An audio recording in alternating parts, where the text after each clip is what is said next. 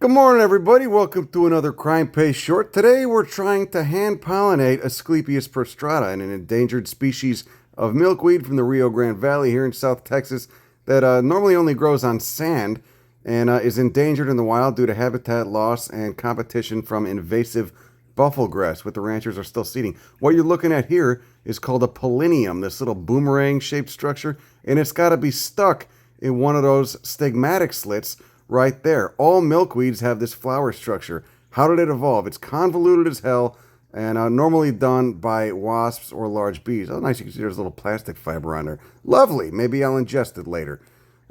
Plastic, gotta love plastic microfibers. Life in the Anthropocene. Anyway, we're going to check this out and see if we can hand pollinate. You can see I cut this flower off, but there's another plant that I've got to stick that pollinarium inside of.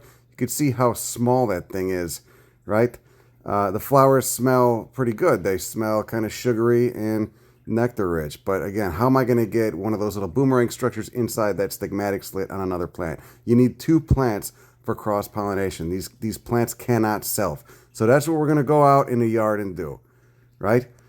This is a Beaver Lab microscope, by the way. Check the captions if you want to order one. They're actually pretty cool. They sent me this one for free, and it's a pretty cool product. So if you want to check one out, there's a code you could use.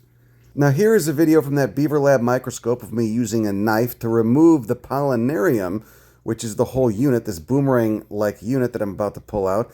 Each leg of the boomerang contains pollen, individually referred to as a pollinium. Together it's a pollinia. Orchids evolved this same thing, unrelated to milkweeds. They just evolved it on their own.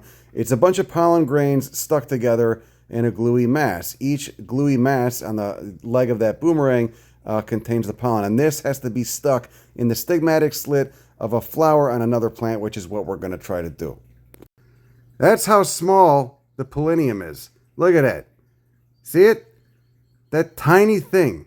And normally, again, it would be stuck on a little wasp leg, and the wasp would transfer to another flower when it was getting nectar out of the flowers. Okay, so here's the two plants in my yard. There's Asclepias prostrata plant number 1. There's Asclepias prostrata plant number 2. It's a nice aristed. Isn't it a lovely native grass?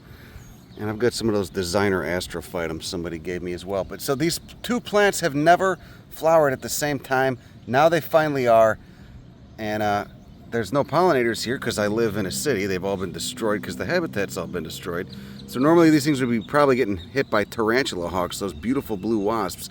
But since there's none here, I've got to do it myself. So now I'm on the ground crawling around trying to take pollen from plant B and put it onto plant A and vice versa. So let's see if we can do it.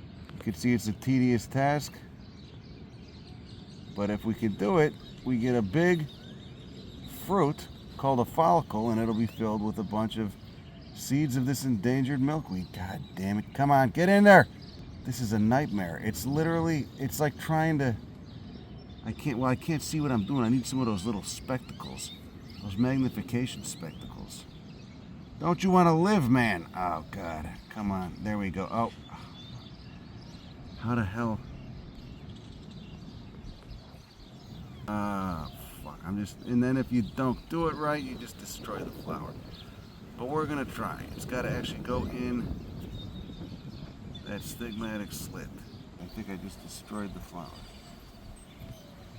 All right. There we go. We'll just hope for the best. Hope for the best. We'll see once those flowers fall off if the ovary remains and starts to swell and turns into a fruit. Probably not, but worth a shot. Really got to get the wasps in here to do it for us. It's been driving me nuts. But you can see we got new flowers about to open too. So hopefully they'll stay on this plant. You know, for growing in South Texas on barren sand, this is kind of a water-demanding plant, at least when it's hot out. You can see this is the healthiest it's ever looked. I've had this for 2 or 3 years. And probably 2 years. And of course it's got big tubers in the ground as well. My friend James Peace is growing these from seed.